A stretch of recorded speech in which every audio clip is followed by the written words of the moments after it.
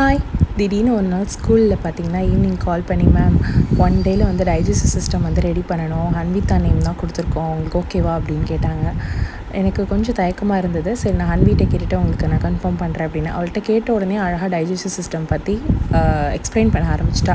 சரி, ஓகே, அவள் நல்லா எக்ஸ்பிளைன் பண்ணுறாலே நம்ம ஏன் கொஞ்சம் எஃபர்ட்ஸ் போடக்கூடாது, டீச்சர் வந்து நம்ம நம்பி தானே கேட்குறாங்க அப்படின்னு சொல்லிட்டு ஓகே சொல்லிட்டோம்.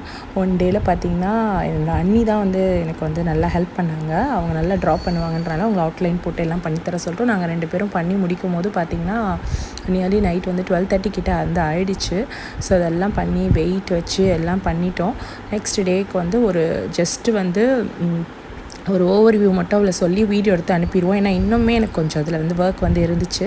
ஸோ அதனால் வந்து பாப்பாவை ஜஸ்ட் அவளோட எக்ஸ்ப்ளனேஷன் எப்படி இருக்குது என்னன்னு சொல்லிவிட்டு அவங்க பார்க்கட்டும் அப்படின்னு சொல்லிட்டு ஒரு ஓவர்வியூ மட்டும் எடுத்திருந்தோம். பார்த்திங்கன்னா ரொம்பவே வந்து அழகாக வந்து எக்ஸ்பிளைன் பண்ணியிருந்தா. சரி, அவளுக்கும் இன்ட்ரெஸ்ட் இருக்குது, டீச்சர்ஸும் அவன் மேலே நம்பி தான் நம்மக்கிட்ட கேட்குறாங்கன்னு சொல்லிட்டு தான் இந்த ஒரு எஃபர்ட்டை வந்து நான் வந்து போட்டு அவளுக்கு வந்து பண்ணி கொடுத்தேன்.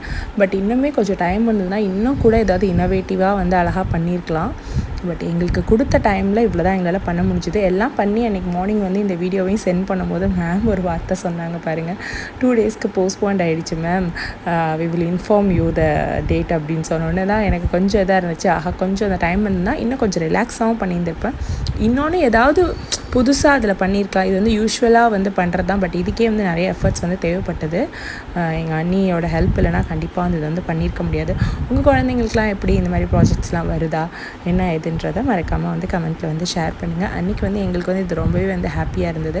ஸோ அன்றைக்கி பார்த்திங்கன்னா ஹன்விதாவும் அழகாக அதை எக்ஸ்பிளைன் பண்ணிவிட்டு நெக்ஸ்ட்டு பார்த்திங்கன்னா அவளாகவே அந்த 2 டேஸ் போஸ்ட்போண்ட் ஆகிடுச்சுல. ஸோ அவளாக என்னென்னமோ க்ரியேட்டிவாக என்னென்னமோ பண்ணி அதில் நேம்ஸ் எழுதுறது, அதுக்கப்புறம் இன்னும் ஏதோ பண்ணணும் அப்படின்னு சொல்லிட்டு வந்து இதுக்கு மேலே உள்ள டெக்கரேஷன்லாம் பார்த்திங்கன்னா வந்து ஹன்விதாவே வந்து செல்ஃபாக இன்ட்ரெஸ்ட் எடுத்து ஒன்று பண்ணிகிட்டு இருந்தாங்க.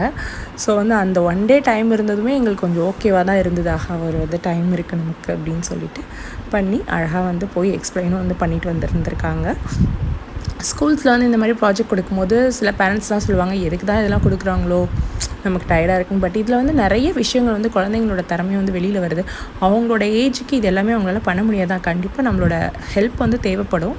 பட் ஸ்டில் அவங்களுக்கு அதில் இன்ட்ரெஸ்ட் இருக்குல்ல. நான் கேட்ட உடனே எஸ் மம்மின்னு சொல்லிட்டு அவ்வளோ அழகாக எக்ஸ்பிளைன் பண்ண ஆரம்பிச்சோன்னு தான் எனக்கும் அந்த இன்ட்ரெஸ்ட் வந்துச்சு. சரி, பண்ணி கொடுப்போம் அப்படின்னு சொல்லிட்டு நம்ம வந்து எதுவுமே வந்து ஃபோர்ஸ் பண்ணி வந்து பண்ண சொல்லலை அவங்கள. ஸோ அவங்களுக்கும் அந்த இன்ட்ரெஸ்ட் இருக்குது. அவங்க மேலேயும் வந்து டீச்சர்ஸ் வச்சுருக்க நம்பிக்கைக்கு நம்மளும் கண்டிப்பாக ஏதாவது நம்ம சைட்லேருந்து ஹெல்ப் பண்ணால் தான் அவங்களோட லைஃப்பில் அவங்க வந்து முன்னேற முடியும். See you in the next video. Bye bye.